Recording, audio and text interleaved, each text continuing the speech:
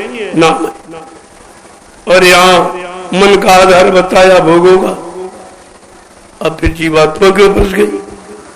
कर्म तो भोग मन ने कराया, फिर जीवात्मा क्यों फंस? क्योंकि जीवात्मा तो चेतन अमल सहज सुख राशि, वो तो चेतन है, मन रहित है, संपूर्ण सुखों की खान है। लेकिन बेचारी फिर कैसे फंसी? जब ऊपर से आई थी अपने लोक से, तो बीच में लोक पड़ता है तृप्ति धाम, वो माया का, वो काल का, वो मतलब मन का स्थान है, मन का घर है, मन का मंडल। वहां पर जीवात्मा ने मन को साथी बना लिया। कहा चलो हम तुम दोनों चलते हैं, नीचे के लोगों को देखकर वापिस आ जाएंगे और बिना तुमको साथ लिए हम वापिस नहीं आऊंगी। ये उसने वादा कर दिया। अब इस वादे में वो फंस गई। बेचारी नहीं जानती गई कि मन इतना भोगी है, इतना लालची है, यानी मतलब इतनी भूख प्यास इसके अंदर भोगों की है, और ये फंस जाएगा, ये हमको भूल जाएगा, वादे को भूल जाएगा, ये उसको बेचारी को नहीं मालूम। तो जब मनुष्य शरीर में जीवात्मा आई, तो जीवात्मा तो दोनों आंखों के मध्य में ये स्थान पर रह गई और मन नीचे उतर गया। वो इंद्रिय भोगों में नीचे उतर गया। अब जैसे भोगों में पहुंचा तो भोगों की गंध लगी तो लालायित हो गया। धीरे धीरे धीरे धीरे भोगों का स्वाद चढ़ने लगा और इतना ज्यादा चढ़ गया कि बिल्कुल सराबोर हो गया। अब वो निकल नहीं सकता है, क्योंकि सारी शक्ति जो उसके पास थी वो भोगों में उसने नष्ट कर दी। इतना ज्यादा लिपायमान ओतप्रोत हो गया कि सारी शक्ति अपने उसने भोगों में खर्च कर दी। अब वो इतना फंस गया कि निकल नहीं सकता, शक्तिहीन हो गया, बलहीन हो गया। और जीवात्मा बेचारी इंतजार कर रही दोनों आंखों के मध्य भाग में कि मेरा साथी मन कब आएगा, कब आएगा, कब आएगा। और मन भूल गया, वो भोगों में इतना फंस गया कि जीवात्मा को भूल गया, अपने साथी को भूल गया। और साथी ने जो इसके लिए वादा किया कि बगैर मन को साथ में मैं वापिस नहीं आऊंगी, उस वादे को भूल गया। वो बेचारी इसी वादे में बंध गई कि हमने तो वादा किया है, वादा खिलाफी हम कर नहीं सकती और बिना मन को लिए साथ जा नहीं सकती। समय कितना लग जाए, बस यही इसने फंसने का कारण बन। और इतने दिन निकल गए फंसे फंसे, अपने मित्र मन का इंतजार करते करते कि अब आएगा, अब आएगा, अब आएगा, लेकिन मन को फुर्सत ही नहीं। इतना भोगों में डूब गया, सराबोर हो गया, बगैर उसके अब वो एक पल घड़ी रह नहीं सकता, इतना आदी हो गया। प्रेमियों, यहीं से शुरुआत होती है। ये चीज आपको कहीं नहीं मिलेगी। कहीं तुम चले जाओ हिंदुस्तान में, ये संदेश जो असली है वो नहीं मिलेगा।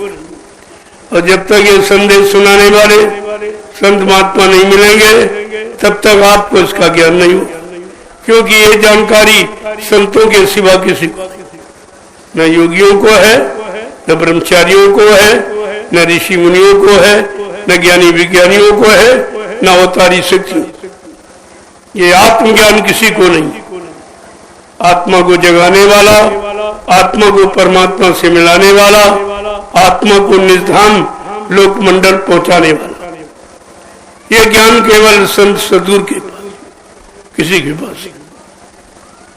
अब वो कलयुग में आए हैं और तब से जीव बेचारा फंसा पड़ा। अच्छा युग होते हुए भी और फंसा पड़ा। युग तो अच्छा था, उम्र अच्छी थी, मन की ताकत अच्छी थी, इंद्रियों का संयम त्याग बैराग अच्छा था, खान पान अच्छा था। उस समय भगवान का नाम क्या था? सतयुग में हरि नाम। बड़े ध्यान से सुनना, तब नाम की महिमा आपके समझ में आएगी। सतयुग में योगियों ने हरि नाम जगाया। सतयुग के जीवों के लिए हर युग के जीवों के लिए अलग नाम। ये रामचरितमानस आपको बता रही है बड़े साफ शब्दों में।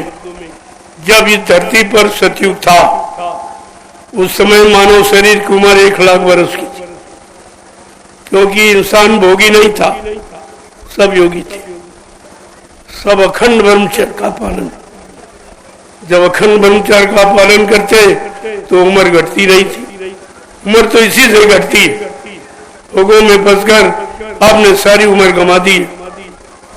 अब सतयुग में मानव शरीर की उम्र 1 लाख वर्ष की थी और मन की ताकत हाथी के बराबर।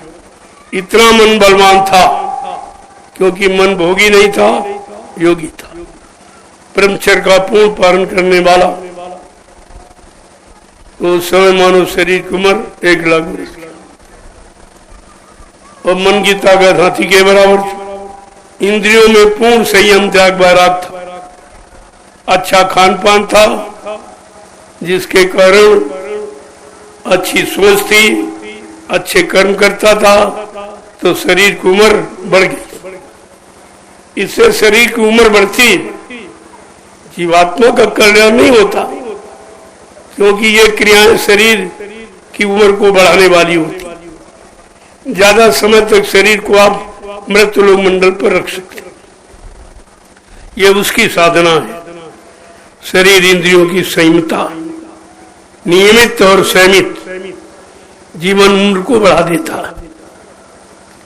और सतयुग में भगवान का नाम क्या था? हरि नाम। तो ये भी प्रमाण देते गोस्वामी जी महाराज, हरि नाम को किसने लिया था? तो बड़े साफ साफ शब्दों में कहते कि नाम जपतो हरि कीन प्रसादु और भक्ति सिरो मणि भय प्रहलादु और ध्रुव संगला नी जपो हरि नामु और पाए मुआचा अनुपम ठाऊ। कि ध्रुव प्रहलाद में ये सतयुग में थे, इन्होंने जो योगियों ने हरि नाम जगाया उस नाम का उच्चारण किया, सिमरन किया, ध्यान किया और उस नाम के बताए रास्ते पर चले। उसमें पूर्ण आस्था, पूर्ण विश्वास रखा, तो उस नाम ने उनको उस लोक तक पहुंचा दिया जहां से नाम आया था। ये नाम की महिमा है। नाम जिस लोक मंडल मुकाम से आता उसकी आराधना, उनकी साधना, उनका सुमरन, उनके अनुसार चलना, उनके आदेश को मानना, तो वो नाम अपने मंडल तक पहुंचा देगा। इसके बाद प्रेमियों समय बदल गया, क्योंकि यहाँ परिवर्तनशील जगत है। ये सतयुग भी नहीं रहा, क्या आ गया? त्रेता। कलम त्रेता में क्या होगा कि मानव शरीर की उम्र कम हो गई।